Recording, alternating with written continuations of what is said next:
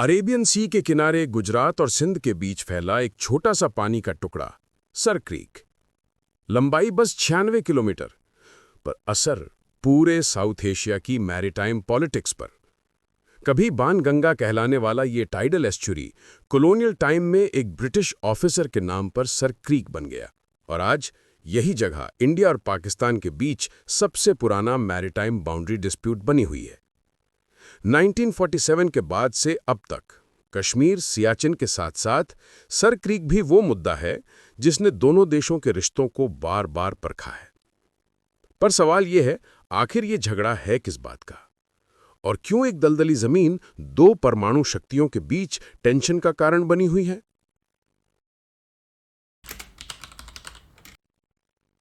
कहानी शुरू होती है 1908 में, जब कच्छ के महाराव और सिंध गवर्नमेंट के बीच जंगल से लकड़ी काटने के हक को लेकर झगड़ा हुआ। ब्रिटिश बॉम्बे गवर्नमेंट ने 1914 में रेजोल्यूशन नंबर 1192 जारी किया ताकि मामला सुलझ सके। पर यही हुई सबसे बड़ी भूल। इस रेजोल्यूशन में 2 पैराग्राफ्स थे और दोनों एक दूसरे के खिलाफ। पैराग्राफ 9 कहता था कि बाउंड्री सर क्रीक के ईस्टर्न बैंक पर होगी, यानी पूरा क्रीक सिंध, आज का पाकिस्तान का। जबकि पैराग्राफ 10 कहता था कि सर क्रीक नेविगेबल है, इसलिए बाउंड्री उसके बीच से थैलवेग प्रिंसिपल के हिसाब से गुजरेगी। यानी कंफ्यूजन बना दिया। क्रीक किसका है, यह डिपेंड करता है कि आप कौन सा पैराग्राफ पढ़ रहे हैं।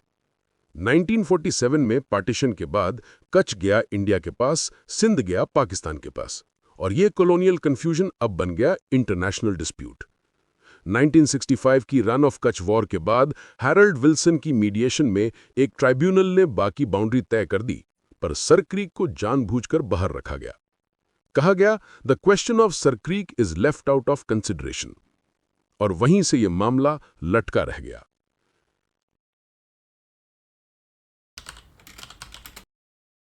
सर क्रीक देखने में भले दलदली और वीरान लगे, पर इसका स्ट्रेटेजिक और इकोनॉमिक वैल्यू जबरदस्त है। पहला, मैरीटाइम बाउंड्री और ईईजेड। सर क्रीक का बाउंड्री पॉइंट तय करता है कि अरेबियन सी में एक्सक्लूसिव इकोनॉमिक जोन्स कहां से शुरू होंगे। अगर लाइन पाकिस्तान के फेवर में गई तो उसे हजारों स्क्वायर किलोमीटर ज्यादा समुद्र मिलेगा, अगर इंडिया के फेवर में गई तो उसे मिलेगा। दूसरा, फिशिंग और रिसोर्सेज। ये एरिया एशिया का सबसे बड़ा फिशिंग ग्राउंड्स में से एक है। हजारों मछुआरे यहीं अपनी रोजी कमाते हैं और अनजाने में एक दूसरे की सीमा पार कर जाते हैं। कई बार इसी वजह से सैकड़ों मछुआरे अरेस्ट हो जाते हैं, जो ह्यूमैनिटेरियन इशू बन गया है। तीसरा, सिक्योरिटी और नेवल स्ट्रैटेजी। इंडिया के डिफेंस एक्सपर्ट्स मानते हैं कि सर क्रीक के रास्ते कराची तक पहुंचा जा सकता है, यानी ये नेवल रूट स्ट्रेटेजिकली क्रूशल है। पाकिस्तान के लिए भी ये एक ऐसा पैसेज है जो किसी कॉन्फ्लिक्ट की स्थिति में पिंसर मूव के लिए काम आ सकता है। और चौथा, ऑयल और गैस। अभी तक खोज नहीं हुई, पर जियोलॉजिस्ट्स मानते हैं कि सर क्रीक के नीचे ऑयल और गैस रिजर्व्स छिपे हो सकते हैं। यानी जो क्रीक आज विवाद का प्रतीक है, वही कल एनर्जी का ट्रेजर बन सकता है।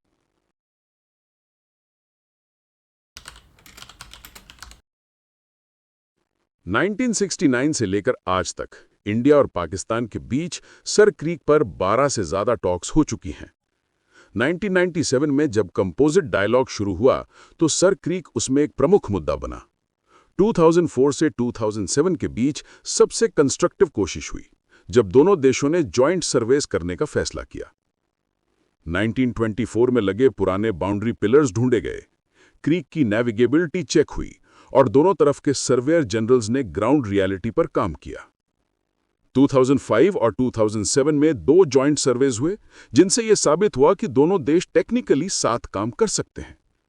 फिर आया 2012 का अमन की आशा ट्रैक 2 डायलॉग, जहां फॉर्मर डिप्लोमैट्स और एक्सपर्ट्स ने सुझाव दिया कि सर क्रीक को जॉइंटली एडमिनिस्टर्ड जोन बनाया जाए, एक ऐसा मैरीटाइम पार्क जहां दोनों देशों के फिशरमैन बिना डर के मछली पकड़ सकें। पर उसके बाद साइलेंस। टॉक्स 2012 के बाद से रुकी पड़ी हैं, क्योंकि हर बार कश्मीर और सियाचिन का इशू इसमें घुस जाता है और सर क्रीक फिर से पीछे चला जाता है। हालांकि दोनों देश UN clause, United Nations Convention on the law of the sea के मेंबर हैं, जो मैरिटाइम बाउंड्री के लिए लीगल फ्रेमवर्क देता है। पर पाकिस्तान को डर है कि अगर थैलवेग प्रिंसिपल लागू हुआ तो उसे अपनी ईईजेड का बड़ा हिस्सा खोना पड़ेगा। इंडिया चाहता है कि मामला बायलैटरल रहे, शिमला एग्रीमेंट के तहत, बिना इंटरनेशनल मीडिएशन के, और यही डेडलॉक चलता आ रहा है। सर क्रीक शायद नक्शे पर छोटा हो, पर इसका असर बहुत बड़ा है। भारत हमेशा से शांति में विश्वास रखता आया है, पर सॉवरेनिटी और सिक्योरिटी पर कोई समझौता नहीं करता। यहां हमें यह समझना होगा कि भारतीय रुख काफी हद तक उचित है, क्योंकि उस स्थिति में दोनों देशों को समान वितरण मिलेगा, लेकिन पाकिस्तान पूरे सर क्रीक को कंट्रोल करने पर अड़ा हुआ है, जो संभव नहीं है, क्योंकि भारत दिन पर दिन स्ट्रांग होता जा रहा है और पाकिस्तान आर्थिक रूप से कमजोर होकर दिन पर दिन अपना अस्तित्व खोता जा रहा है। सर क्रीक दिखाता है कि एक छोटी सी बाउंड्री भी देशों की सुरक्षा और भविष्य को डिफाइन कर सकती है। अगर आपको सर क्रीक की ये कहानी इंफॉर्मेटिव लगी तो लाइक, शेयर और सब्सक्राइब जरूर करें। अगली बार हम फिर मिलेंगे एक नए जियोपॉलिटिक्स चैप्टर के साथ, जहां नक्शों से आगे बढ़कर हम इतिहास की सच्चाई ढूंढेंगे। तब तक के लिए अलविदा, अपना ख्याल रहिए और खुश रहिए।